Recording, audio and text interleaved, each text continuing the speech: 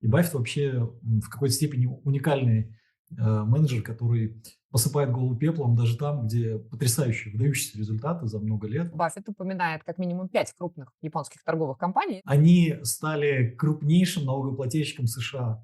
Какие два главных секретных соуса есть у Баффета? Вечеринки у бассейна, кокаин. А теперь еще благодаря Трампу появился рынок кенгуру. Это когда вот так вот скачет, да, завтра мы вводим тарифы, рынок упал. Всегда распространяется про свои ошибки и говорит про свои ошибки. И самое главное, что, наверное, хочет услышать наш слушатель, надо ли поступать как Баффет и выходить в кэш прямо сейчас.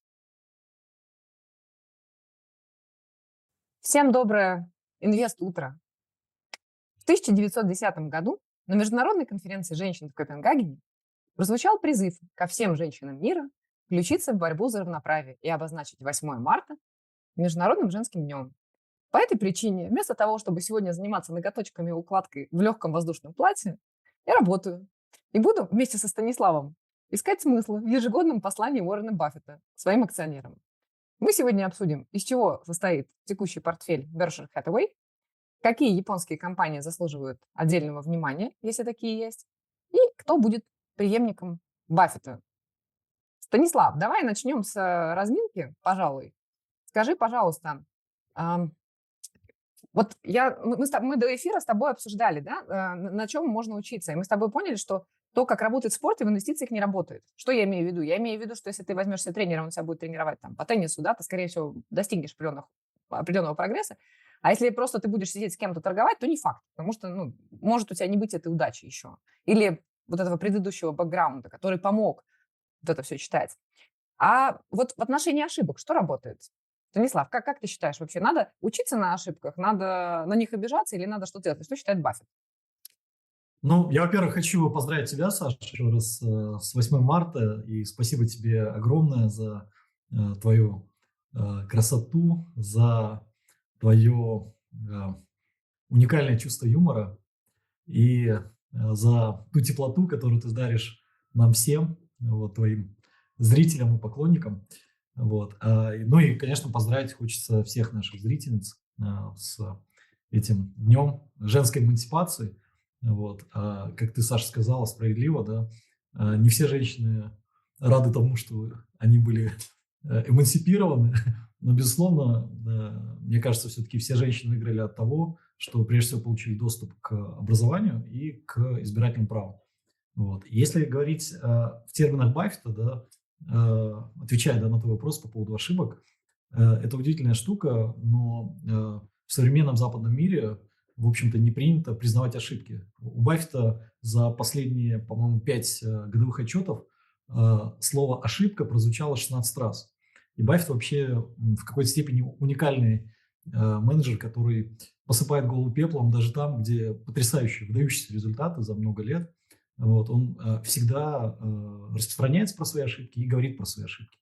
Вот, и это резко контрастирует с письмами счастья, которые, как правило, отправляют корпорации, да, где они говорят о великих достижениях, которые сделали за очередной год вместе с потрясающей командой, и практически никогда не говорят о тех реальных ошибках или трудностях, с которыми они не смогли справиться. Вот. Если же говорить про то, каким образом Баффет относится к ошибкам и к образованию, он говорит, что есть два вида ошибок. Первый вид ошибок – это связано с тем, что, в общем-то, они неправильно вложили капитал в компанию, да, и у компании возникли какие-то трудности и так далее. И очень интересная штука. Одна из вообще вещей, почему компания Berkshire Hathaway стала стоить больше $1 триллиона, заключается в том, как Баффет относится к ошибкам и своим, и своих менеджеров. Он не продает те бизнесы, у которых проблемы. До тех пор, пока он не видит, что эти проблемы стали never-ending, как это, непрекращающимися в принципе. Да? То есть, если что-то можно исправить, он будет исправлять, вот, и расскажет об этом акционерам. И в этом плане это очень резкий контраст с тем, как обычно совершается поглощение. Вот. И это одна из причин, почему очень много замечательных малых, средних бизнесов приходили к Баффету и приходят к Баффету для того, чтобы Berkshire Hathaway их поглотила. Это вот отношение человеческое к ошибкам и к тем людям, которые их совершают. А второй тип ошибок, он это называет ошибки в людях. И вот это, на его взгляд, самые, наверное, э, с точки зрения эмоций, самые болезненные ошибки, потому что это связано с ненадежностью или с откровенным обманом, который, к сожалению, происходит в том числе и в его опыте. А, Есть что добавить, Саша? То, что обманываться в людях обиднее всего. Я соглашусь именно с этим. А я бы хотела тогда перейти еще к следующему тезису, который мне показался выдающимся, точнее, даже не так. Мы сегодня большей частью будем, конечно же, обсуждать именно письмо, но дело в том, что после письма было еще интервью Баффета, которое было немножко свежее, и оно было по следам вот этих вот то введения, то убирания тарифов. Мне вообще понравилось то, что раньше был рынок мишек, да, и мишек и быков, а теперь еще благодаря Трампу появился рынок кенгуру. Это когда вот так вот скачет, да, завтра мы вводим тарифы, рынок упал, там, убираем. Так вот, Баффет в отношении тарифных войн, ему задали вопрос, что он считает по этому поводу. Мне кажется, это тоже как раз к ошибкам подходит. Или нет, мы увидим со временем. Он сказал, что тарифы – это вполне себе определенная война в какой-то степени, to some degree, да, в интервью CBS. И еще он обозначил, что спустя время тарифы обязательно будут переложены в цену товаров для конечного потребителя, как могли бы быть налоги. И то, что за них платит не зубная фея. Вот он так посмеялся. Но, мне кажется, немножечко грустно. А как ты думаешь, может быть, именно с этим связана его большая позиция? Просто уже второй год все обсуждают, что с предыдущего квартала на четвертый квартал позиция кэша и эквивалентов, да, то есть это самое-самое ликвидное, увеличилась с 100, я округляю, 170 миллиардов, да, квартал к кварталу, до 334, чуть больше миллиардов. Вот связано именно с непредсказуемостью, с перегретостью или с чем? И самое главное, что, наверное, хочет услышать наш слушатель, надо ли поступать как Баффет и выходить в кэш прямо сейчас и вообще всегда? Ты знаешь, есть разные точки зрения по поводу того, от чего у него такая большая подушка безопасности. Да? То есть, представляете, да, примерно 1 100 000 000 стоит вся компания, и треть сейчас находится в кэше. Это огромная подушка. Но моя базовая гипотеза, которую я еще на прошлом собрании акционеров, да, когда мы обсуждали его, озвучил, и со слов самого Баффета, распродажа акций прежде всего связана с тем, что он фиксирует прибыль по акциям для того, чтобы не платить огромный корпоративный налог, который, скорее всего, увеличится, да, на capital gains. Это то, как он ожидает. Это первый главный момент. Второй момент. Когда говорят про подушку кэша в 330 миллиардов, забывают почему-то про 275 миллиардов долларов, вложенных в акции, да, которые торгуются. Ну, то есть, окей, если Баффет там супер негативно настроен, он мог распродать и намного больше, да, это во-первых. Во-вторых, он мог бы покупать опционы на падение индекса, то, что он и делал несколько раз за последние там 20 лет. Вот. Однако мы это не видим. Но я согласен, наверное, с тем, что Баффету сложно находить какие-то выдающиеся сделки сейчас. Вот. И последняя, третья моя гипотеза заключается в том, что, возможно, он готовит какой-то финальный аккорд своей карьеры менеджера, какое-то супер поглощение на 300 или там, на 500 миллиардов долларов. Вот. И возможно, что рынок, который скорректировался, да, вот после вот этих, я это называю геополитический секс, это когда Трамп то тарифы вводит, то выводит. Вот. И вот после вот этого геополитического секса, я думаю, что, видно, там многие суперуспешные компании, там Tesla просила примерно в 2 раза, Nvidia от своих максимумов просила больше, чем на 30% и так далее. То есть есть много компаний, которые, в общем-то, стоили, скажем так, не самых маленьких денег, и которые сейчас стоят сильно дешевле.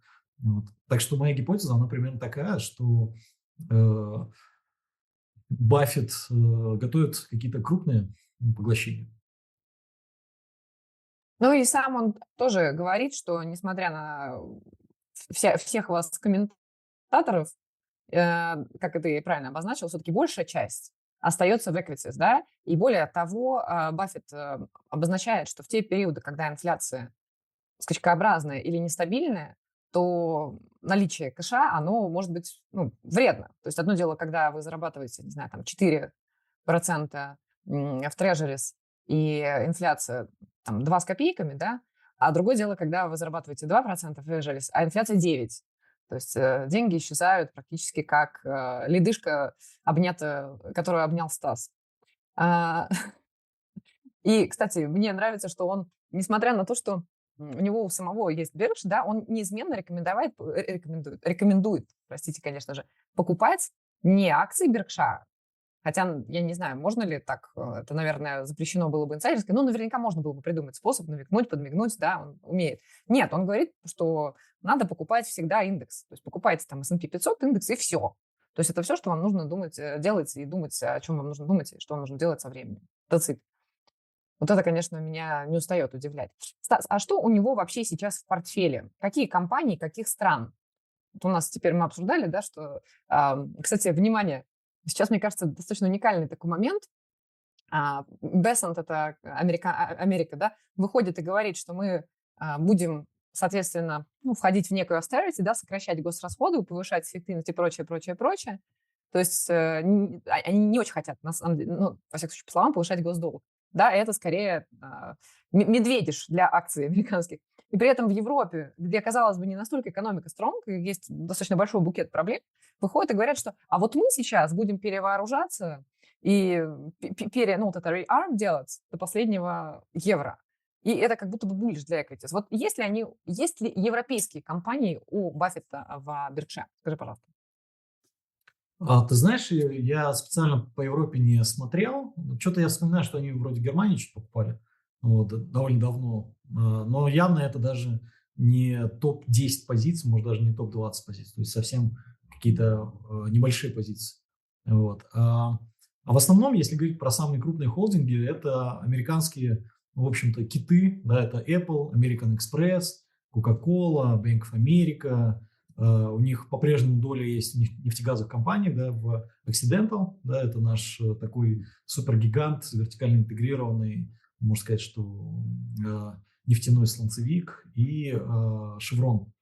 Вот. Есть компании поменьше, вот, но давайте скажем самое интересное. Самое интересное – это то, что я, если честно говоря, не помню, мне кажется, что это самый выдающийся результат, это операционная прибыль его непубличных бизнесов, в которых доля Berkshire 80% и до 100%, то есть те компании, которые он поглотил, да, вот, и которые находятся в структуре холдинга, прежде всего там страховой бизнес, вот, есть там просто, там 189 компаний, это просто лучшая часть Америки. Так вот, эта лучшая часть Америки заработала операционной прибыли 47 миллиардов долларов. Представляете, 47 миллиардов долларов за год. И вот только если взять эту операционную прибыль и взять стоимость компании сегодня, да, там 1 100 000 000, если не ошибаюсь, отнять от этого 1 100 000 000 примерно там, я не знаю, там, наверное, чистая кэш-позиция у них, наверное, 250 сейчас, вот, то есть за вычетом долга. Это получается у нас стоимость в районе, пускай там 800-850 миллиардов долларов, да, и эти 850 миллиардов долларов генерят 47 миллиардов долларов операционной прибыли. Почти 50 миллиардов долларов операционной прибыли. Это коэффициент примерно 16. И это мы не берем еще портфель, который может быть переложен в кэш, где еще 275 миллиардов долларов.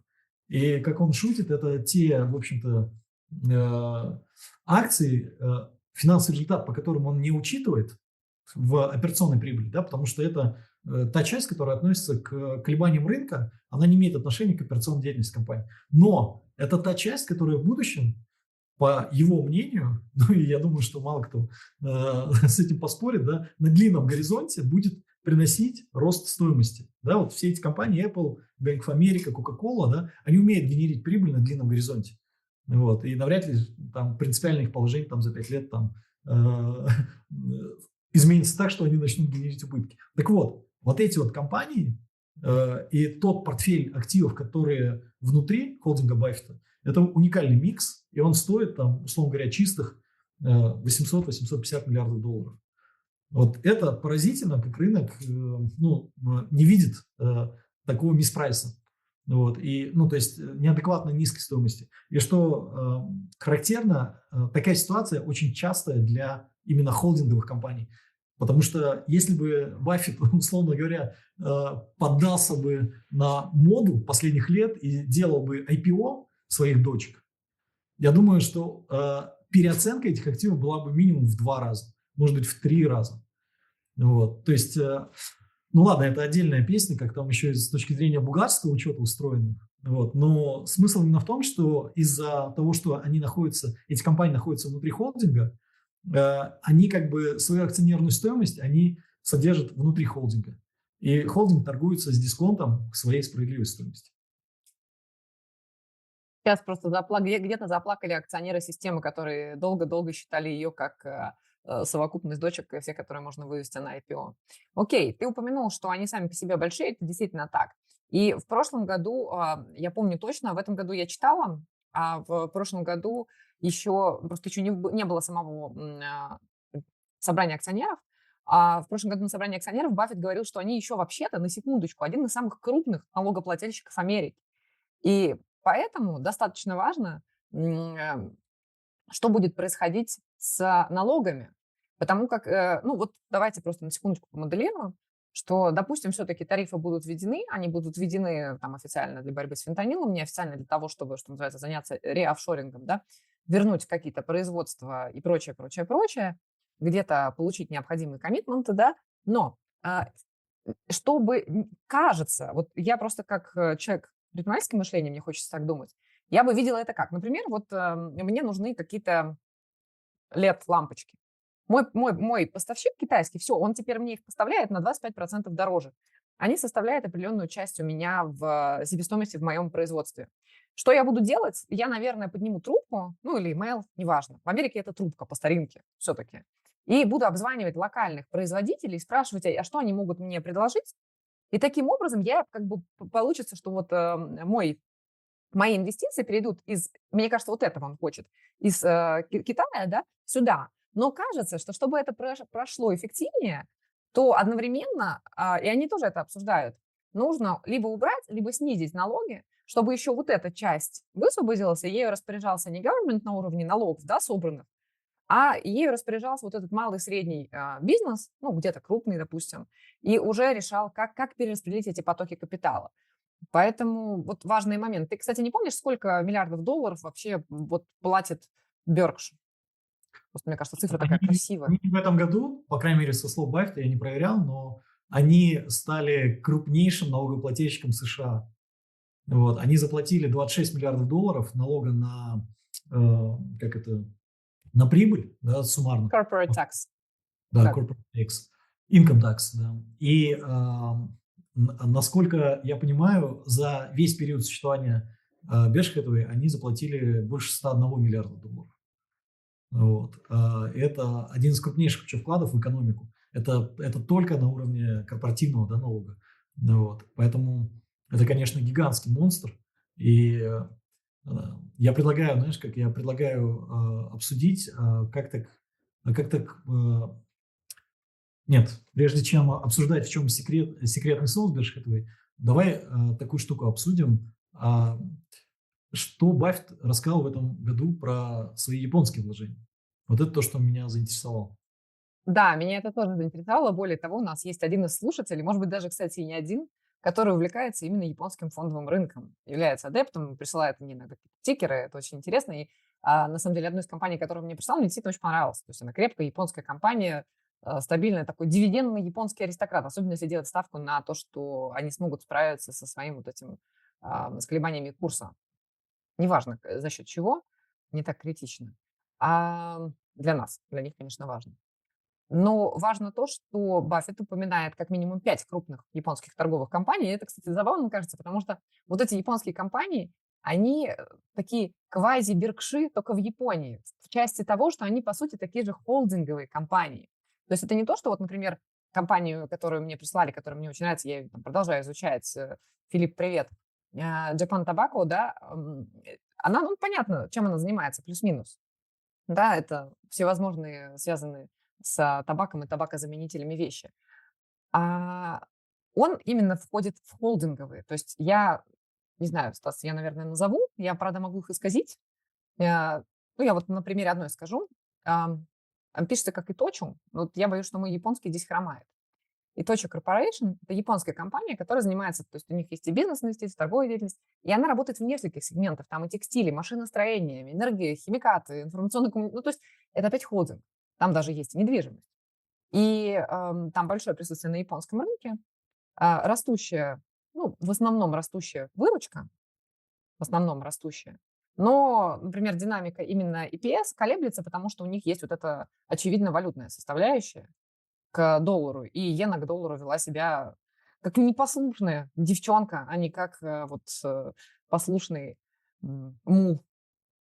И, например, мне было интересно посмотреть, как могло бы повлиять введение тарифов Трампа, да, снова эти тарифы, снова Трамп, но это давайте уж привыкать, что мы будем регулярно вспоминать его. То есть как бы они могли повлиять на этот бизнес, потому что Баффет, он с 19-го, по-моему, да, Станислав, года пошел в Японию, начал говорить о Японии, и с того момента он увеличивает ставки. Вот в этих, в частности, 5 компаниях. Я сейчас их произнесу, все обозначу. Иточу, Марубени, Митсубиши, Мицуи и Сумитомо, да, ну, то есть вот он в них увеличивает свои стейки. И тарифы на самом деле могут быть чувствительны и для этих компаний тоже. Поэтому мне даже будет интересно послушать собрание акционеров, что он по этому поводу скажет, и уже будет какое-то развитие событий, потому что пока непонятно как. То есть они только по цепочке дальше могут подействовать.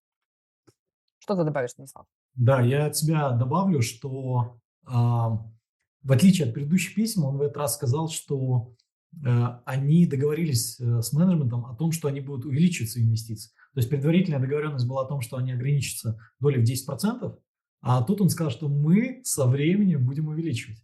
То есть это, ну, наверное, впервые за последний год, наверное, такой сигнал к покупке от Баффета, да? Подписывайтесь на наш сигнал и делаем сообщение раз в год. Да? Вот. Это довольно забавно. Самое удивительное – это то, каким образом была структурирована покупка. Они потратили 14 миллиардов долларов, потом взяли примерно почти такой же объем кредитов в иенах японских. И сейчас у них очень простая штука. Они платят по кредиту, условно говоря, 110 миллионов долларов, а получают дивидендов от этих компаний на 830 миллионов долларов. Вот. Представляете, ты вложил своих денег примерно 0, твой портфель вырос почти на 10 миллиардов долларов, и помимо этого ты получаешь премию каждый год, ну, примерно 700 миллионов долларов. Вот это то, как Баффет умеет структурировать. Ну и самое главное, если ты занимаешь в иенах и вкладываешь скажем так, в компании, которые торгуются в иенах, то у тебя примерно нулевой валютный риск. Вот.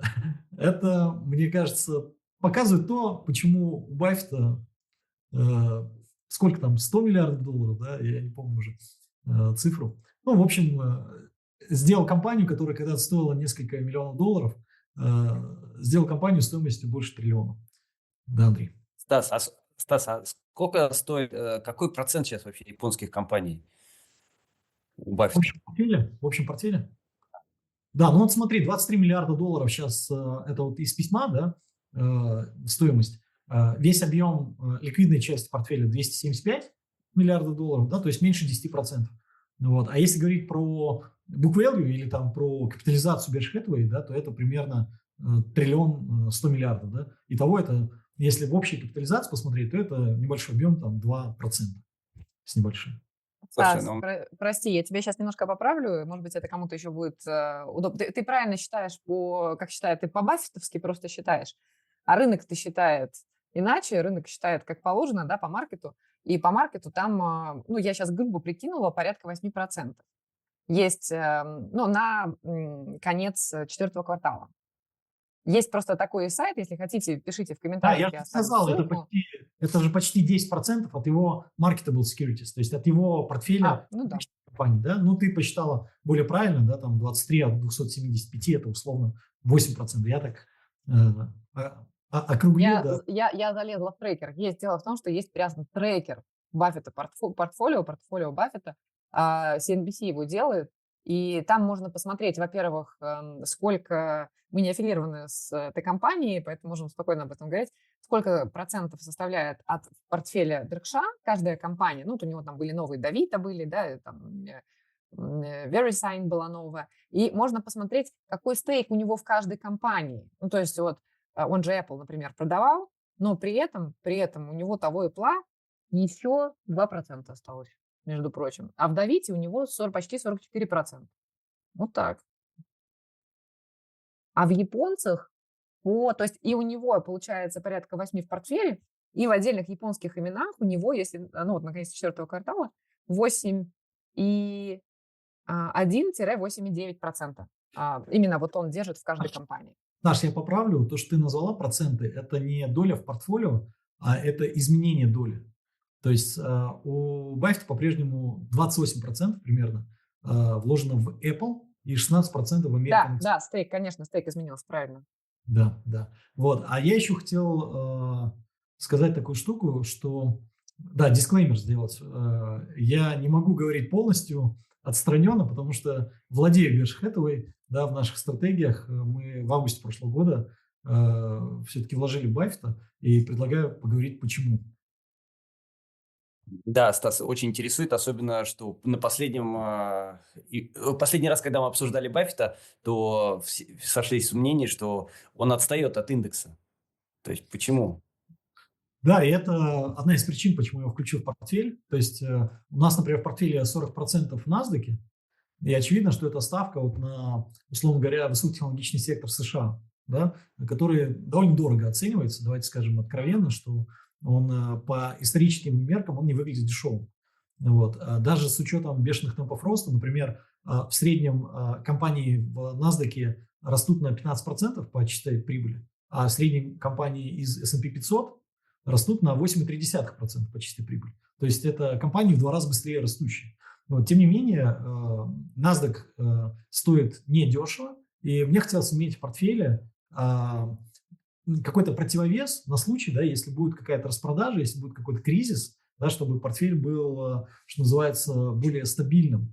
Вот. И одновременно я увидел, что у Баффета большая доля кэша, которой он, безусловно, сумеет воспользоваться, если будут интересные сделки, если рынок сильно скорректируется, первый момент. И второй момент, когда я сделал большой майндмэп по тому, какие компании входят в портфель Баффета, я впервые, наверное, за всю жизнь начал понимать, что он делает, какие 2 главных секретных соуса есть у Баффета. Вот, я их сейчас озвучу, а вы, предлагаю с этим поспорить или дополнить это. 2 секретных соуса, на мой взгляд, это децентрализация, вот, и это деньги других людей.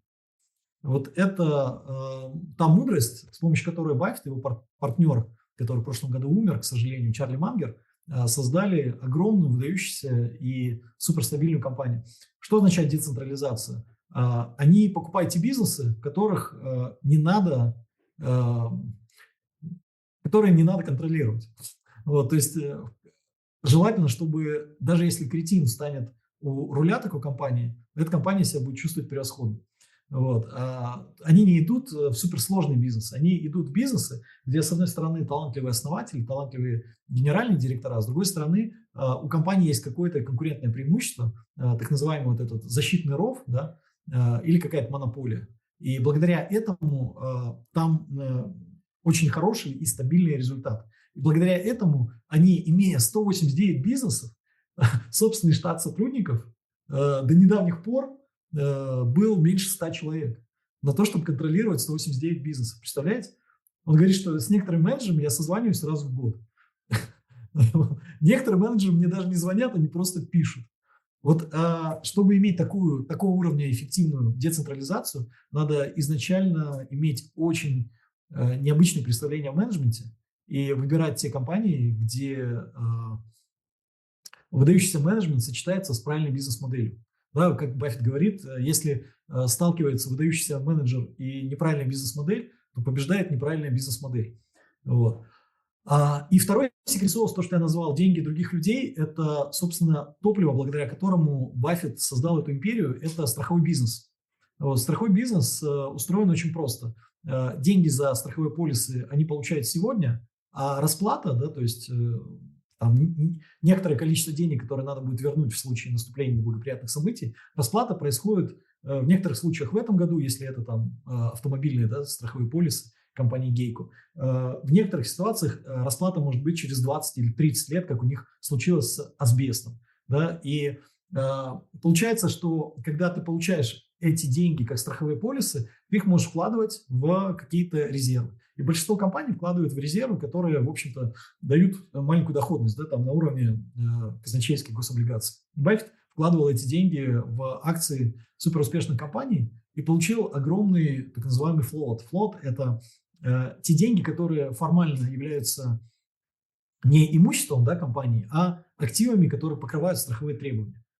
Вот. По факту, если это имущество начинает расти с темпами в 10, 20, 30% годовых, а страховые требования со временем в цене падают, да, потому что страховки заканчиваются, то у тебя возникает разрыв между стоимостью портфеля, который, скажем так, представляет резервы, и стоимостью требований. И со временем этот разрыв, сам флот, Саш, поправь, если не ошибаюсь, там больше 300 миллиардов долларов.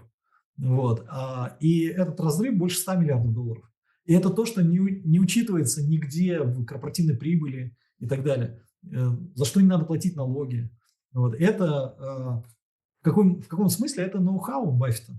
Вот, и сейчас компания, которую он когда-то купил, по-моему, суммарно в районе 100 миллионов долларов, она генерит операционную, сейчас скажу, прибыль в районе, по-моему, 9 миллиардов долларов. Вот. Это Property Casualty Insurer, то есть компания, которая занимается страховкой. Нет, я ошибся. Это 9 миллиардов долларов занимает только сама страховая компания, точнее, комплекс страховых компаний, да, а еще есть инвестиционный доход от этого флота, который составил 13 миллиардов долларов.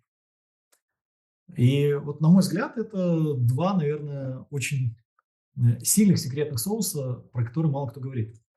Саш, добавишь что-нибудь? Я предлагаю чуть подинамичнее приходить к тому, почему вообще, то есть ты сказал, почему тебе нравится Berkshire, почему он есть, почему он имеет место быть. По сути, можно сейчас рассматривать было бы эту ставку как ставку на разум уже в не всегда разумном мире, да, и что немаловажно, если кто-то покупает акции Berkshire, то, по сути, они делают ставку еще и на разум и умение Баффета выбрать не только менеджеров внешних, да, компаний и наладить там операционку, что-то перенаправить процессы, что-то там изменить, какие-то антикризисные действия провести, но и в своей собственной. И в этой сфере хочется отметить немножко такое, кажется, что, возможно, немножко меня грустно, да, что он очередной раз выдвигает Грега Абеля как официального преемника, успокаивая остальных. Наверное, уже есть некое ощущение, что Баффет устал. Было бы здорово, чтобы мы, конечно, прочитали еще несколько его писем и несколько собраний акционеров мы послушали вживую, хотя это и тяжело уже становится.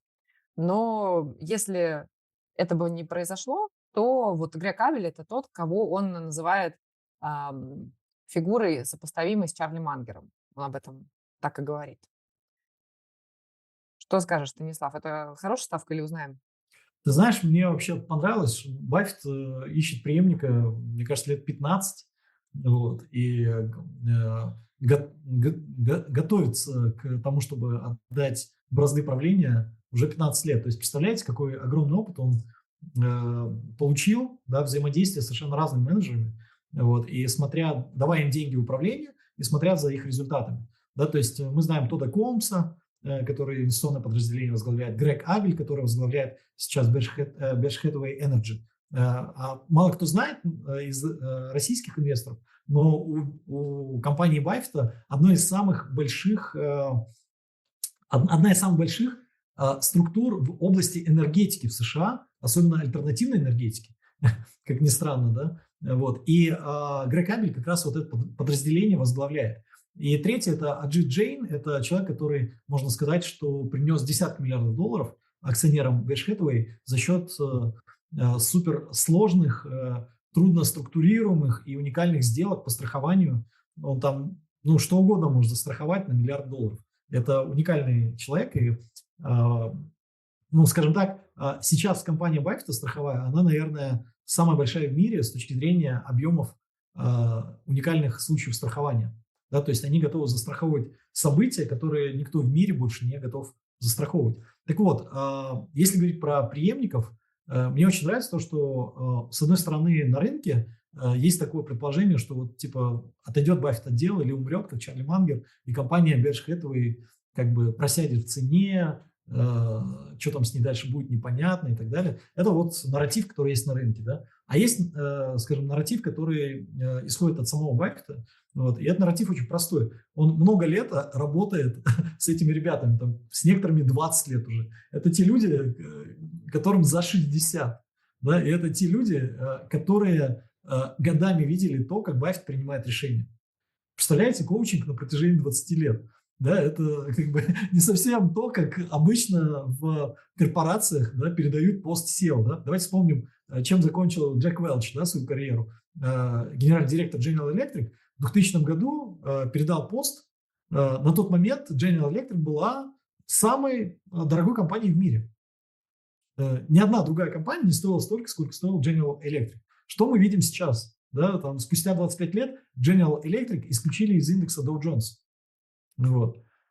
А тут несколько другой подход. И смею надеяться, что Грег Абель не сильно будет отличаться по методам принятия решения от Баффета. Он может быть не такой выдающийся, но и сама структура, которую создал Баффет, она, как это, система управляет людьми. Да? Когда ты имеешь огромную децентрализованную структуру, это создает систему сдержек и противовесов и создает особенную, присущую только этой структуре, динамику. Вот, поэтому я считаю, что шансы хорошие есть на то, что Грег Абель, может быть, будет даже более качественным управляющим, чем Баффет в 94 года. Вот. Посмотрим. Там Андрей спрашивает, сколько лет Абелю? Абелю 62. Ну, я не знаю, исполнилось уже или нет. А Аджиту, который вот отвечает за страховое подразделение, он на 10 лет старше, ему 72. То есть они, если ты можешь посчитать назад, там, 15-20 лет, то они прошли такую неплохую школу и уже пару около кризисов. Поэтому опыт там должен быть. Мы на это надеемся. Да, наверное, будут вечеринки у бассейна, кокаин и девчонки. Ну, ты сейчас расстроил Андрея, потому что он как раз мне перед эфиром писал, что он собирается ехать на собрание акционеров. Надеюсь, что наконец-таки уже будут не вот эти вот конфетки на входе и многочасовые беседы, а вот это вот все с блэкджеком. И ты вот... Я думаю, ты знаешь, Саш, я думаю, благодаря Баффету инвесторы Berkshire Hathaway вполне могут профинансировать такие вечеринки из своего кармана прямо сразу после собрания. А вот у меня вопрос. Вот когда он делает такие собрания, создает ли он еще такую историю, что люди эмоционально привязаны к его компании? То есть, если что, физики очень быстро распродают компанию нелюбимую. А тут люди, которые приезжают там из года в год и смотрят онлайн, то есть даже если что-то пойдет не так, вряд ли это количество физиков будет быстро распродавать этот пакет. Вот что скажете? Насколько вообще движение физиков может повлиять на Баффета? Имеешь в виду, что если они в знак протеста, что мы не хотим этого управляющего, начнут продавать или... Ну, если что-то идет не так, то физики первые начинают. Мне кажется, что физики не настолько играют роль в ключевых холдерах акций Berkshire Hathaway. Начнем с того, что если ты помнишь, что акции класса А, по-моему, самые дорогие, да, сейчас? Сколько они там сейчас стоят? Вот. Да, то есть у тебя одна акция стоит там, 743 тысячи долларов. Это немножечко больше, чем у рядовой домохозяйки. И даже дробленых меньше. Поэтому мы увидим, понимаешь, но пока кажется, что это не такое, не совсем влияющее событие. Станислав, как ты считаешь? Ну, ты знаешь, физиков много, я думаю, как раз в BRKB. Вот, и, конечно, физики могут повлиять. Но есть такой очень важный момент, что многие физики, которые вкладывают в Баффета, делают это последние лет 30. То есть это, ну, как бы физики, которые немного младше Баффета. Вот. И что-то мне подсказывает, что навряд ли они сидят в Робин Гуде, вот, и трейдят BRK. Вот, поэтому давайте так скажем. Во-первых, это не инвестиционная рекомендация, да, побуду занудой. Да, во-вторых, на рынке все что угодно, да, может произойти, и волатильность может быть по любой бумаге, по совершенно разным причинам. Вот. Важно другое, важно то, как выглядит структура бизнеса. И вот этот бизнес, он структурирован таким образом, что даже очень крупные катастрофы, которые могут случиться там, в Америке или в других странах, вот пожары были, да, в Калифорнии, они не способны поколебать финансовое положение самой Berkshire Hathaway. Это я говорю, исходя из анализа финансовой отчетности. Могу ошибаться, но если не будет войны ядерной, вот, и не будет какой-нибудь пандемии, которая будет похлеще ковида, все у Berkshire Hathaway будет хорошо. А если что-то будет очень плохое, серьезное и надолго, то у Berkshire Hathaway будет намного лучше, чем у многих. Аминь. Подписывайтесь, пожалуйста, на наш канал, ставьте лайки, пишите в комментариях, пора ли женщинам, включая меня, уже занять место на кухне, или можно все-таки иногда пошалить и обсудить Berkshire и посмотреть разные таблички. Всем спасибо. Да, спасибо. И желаем, чтобы каждой женщине дарили на каждое 8 марта хотя бы по одной акции Berkshire. Мне Станислав еще биткоины перечисляет с Нового года. Подожди. Я в USDT Мы-нибудь забыл. Вот. да. Хорошо. Я хотел напомнить, подписывайтесь на наш канал. Вот также у нас будет в описании ссылка на наш инвестиционный клуб. Это сообщество единомышленников, вот, которое мы ведем уже больше, наверное, 8 лет. И будем рады новым людям. Хорошего дня. Спасибо.